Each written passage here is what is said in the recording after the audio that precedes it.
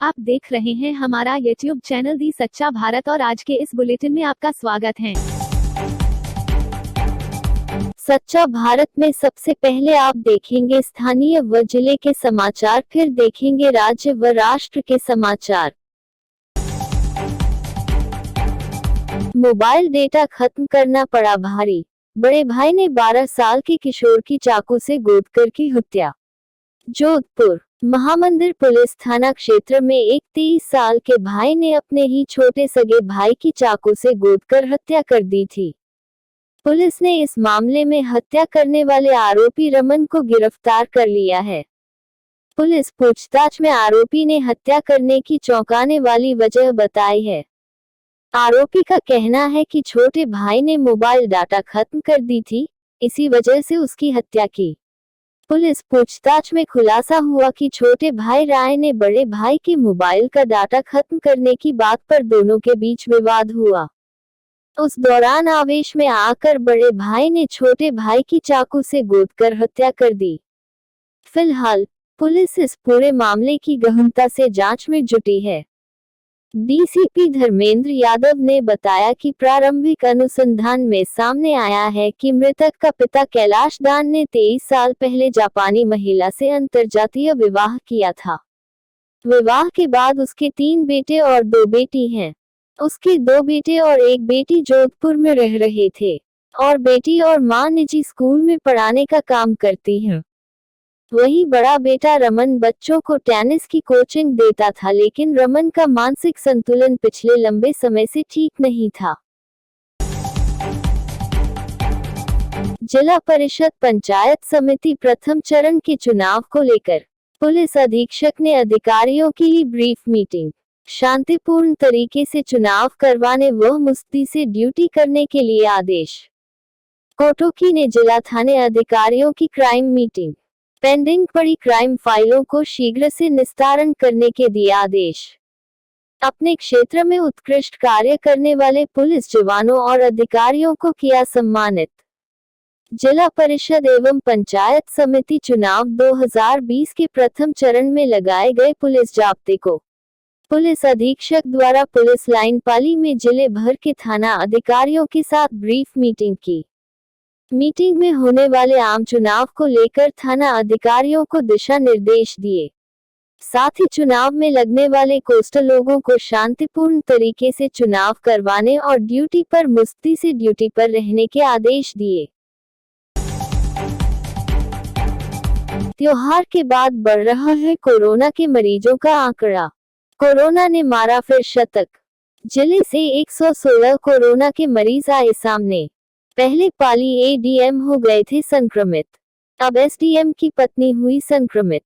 शैपलिंग के साथ कोरोना संक्रमितों के आंकड़े भी अब तेजी से बढ़ने लगे हैं। जिले में कोरोना के 116 नए मरीज सामने आए हैं। इसी के साथ कोरोना संक्रमित का आंकड़ा बढ़कर 10,848 पहुंच गया। 52 मरीज स्वस्थ होकर लौटे। अब कुल जिले से 10,502 मरीज स्वस्थ होकर अपने घर जा चुके हैं। जिले में अभी भी 346 एक्टिव केस हैं। मारवाड़ में कांग्रेस प्रत्याशी को ग्रामीणों ने टोला गुड़ से। प्रमुख पार्टियां जुटी डोर टू डोर प्रचार अभियान पर। जिले के मारवाड़ जंक्शन उपखंड पंचायत समितियों के चुनाव में आज वार्ड 1 के दिग्गज कांग्रेस उम्मीदवार भगवान सिंह भाटी को जाडन ग्रामवासियों ने गुड़ से टोल समर्थन मत का भरोसा आश्वासन दिया। आज विशाल जनसभा में आज उपखंड के सबसे रोचक और चर्चित मुकाबले की सीट पर कांग्रेस प्रत्याशी भाटी को गुड़ से टोला गया। आज इस स्वागत समारोह में क्षेत्र के दिग्गज कांग्रेस नेता और अनेकों ग्राम के सरपंच मौजूद रहे। अपने संबोधन में समाजसेवी कांग्रेस प्रत्याशी भगवान सिंह भाटी ने जनता से हर समय विकास और सहयोग का आश्वासन दिया। आज सैकड़ों ग्रामवासियों ने भाटी का ढोल नगाड़ों से बहुमान किया। ग्रामवासियों ने अतिथियों और उम्मीदवार का साफा माला से स्वागत और समर्थन का वादा किया। भारत में कोरोना के मामले 90,50,597। भारत में कोरोना के एक्टिव केस 4,39,747। भारत में कोरोना से ठीक हुए 84,78,124। भारत में कोरोना से मौतें 1,32,726। प्रदेश में कोरोना का संक्रमण चरम पर पहुंच गया है। शुक्रवार को कोरोना के सारे रिकॉर्ड टूट गए। प्रदेश में रिकॉर्ड 2,762 नए कोरोना पॉजिटिव मामले सामने आए हैं। इससे पहले कभी इतने केस एक दिन में सामने नहीं आए थे। प्रदेश में कुल संक्रमित मरीजों की संख्या बढ़कर 2,37,669 पहुंच गई है। वहीं बीते 24 घंटों में 14 मरीजों की मौत दर्ज की गई है, जिसके बाद कोरोना से मरने वालों की कुल संख्या 2,130 हो गई। एक बार फिर जयपुर और जोधपुर में सबसे अधिक संक्रमित मामले सामने आए। मारवाड़ मेवाड़ अंचल के जिलों की कोरोना रिपोर्ट। अजमेर से 211, बाड़मेर से 37, भीलवाड़ा से 110, बीकानेर से 109, चित्तौड़गढ़ से 25, डूंगरपुर से 42, जैसलमेर से 38, जालोर से 28, जोधपुर से 419, नागौर से 48, पाली से 92, राजसमंद से 24, सिरोही से 35 और उदयपुर से 145 संक्रमित मामले देखने को मिले हैं। निजी अस्पताल जीवन रक्षा को सर्वोपरि रख सेवाभाव के साथ उपचार उपलब्ध कराएं, सीएम गहलोत।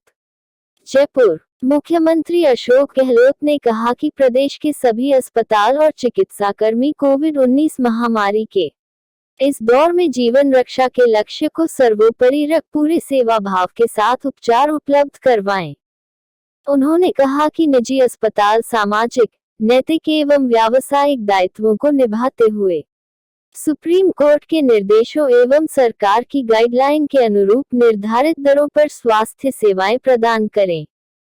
इस विषम परिस्थिति में हमारा सर्वोच्च उद्देश्य जीवन बचाना हो, लाभ कमाना नहीं। सीएम अशोक गहलोत शुक्रवार को मुख्यमंत्री निवास पर वीडियो कॉन्फ्रेंस के माध्यम से कोविड-19 को लेकर निजी अस्पताल के प्रतिनिधियों से रूबरू हो रहे थे। सभी संभागीय आयुक्त, जिला कलेक्टर, मेडिकल कॉलेजों के प्राचार्य, मुख्य चिकित्सा एवं स्वास्थ्य अधिकारी और प्रमुख चिकित्सा अधिकारी भी वीसी से जुड़े। करीब 2.5 घंटे तक चली वीसी में मुख्यमंत्री ने विभिन्न अस्पतालों के प्रतिनिधियों से संवाद कर चिकित्सा सुविधाओं के विस्तार और कोविड-19 के प्रबंधन को और प्रभावी बनाने पर चर्चा की। सच्चा भारत में नियमित देखिए मध्याह्न में लंच ब्रेक न्यूज एवं रात्रि में डिनर ब्रेक न्यूज। अजमेर। रद्द हुआ अंतर्राष्ट्रीय पुष्कर मेला। पर्यटन उद्योग से जुड़े लोगों में मायूसी। पुष्कर अजमेर। कोरोना संक्रमण के चलते अंतर्राष्ट्रीय पुष्कर मेला रद्द कर दिया गया है। इस मेले में हर साल बड़ी संख्या में पशुओं की विभिन्न नस्लों की खरीद फरोख्त होती है। वहीं विदेशी सैलानी भी हर साल बड़ी तादाद में मेले में शरीक होने आते हैं।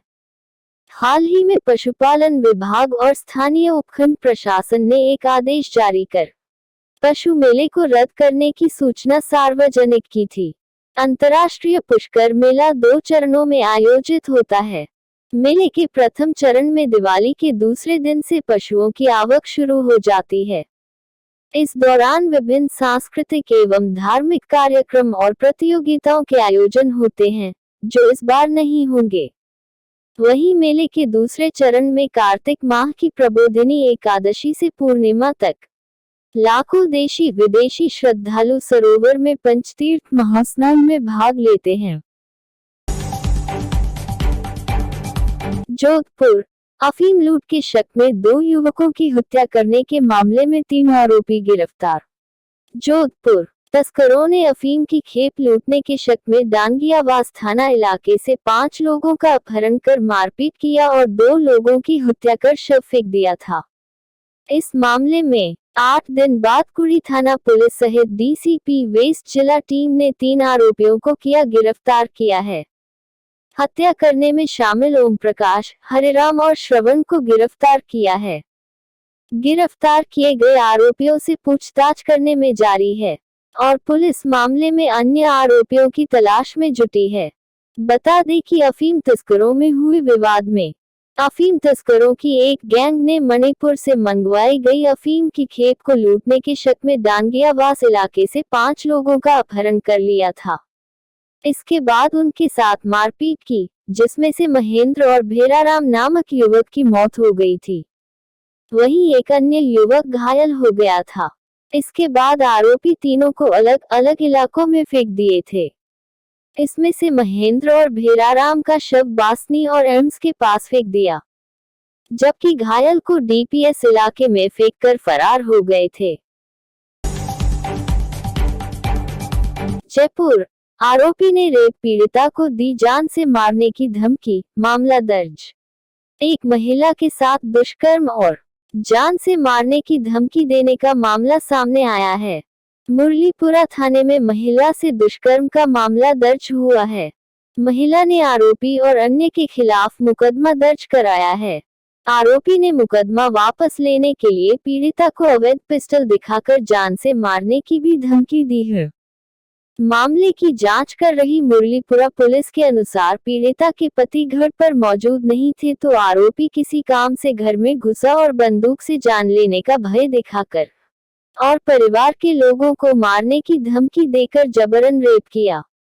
इस बीच बेटी वहां पहुंची तो उसके साथ भी रेप करने की कोशिश की गई।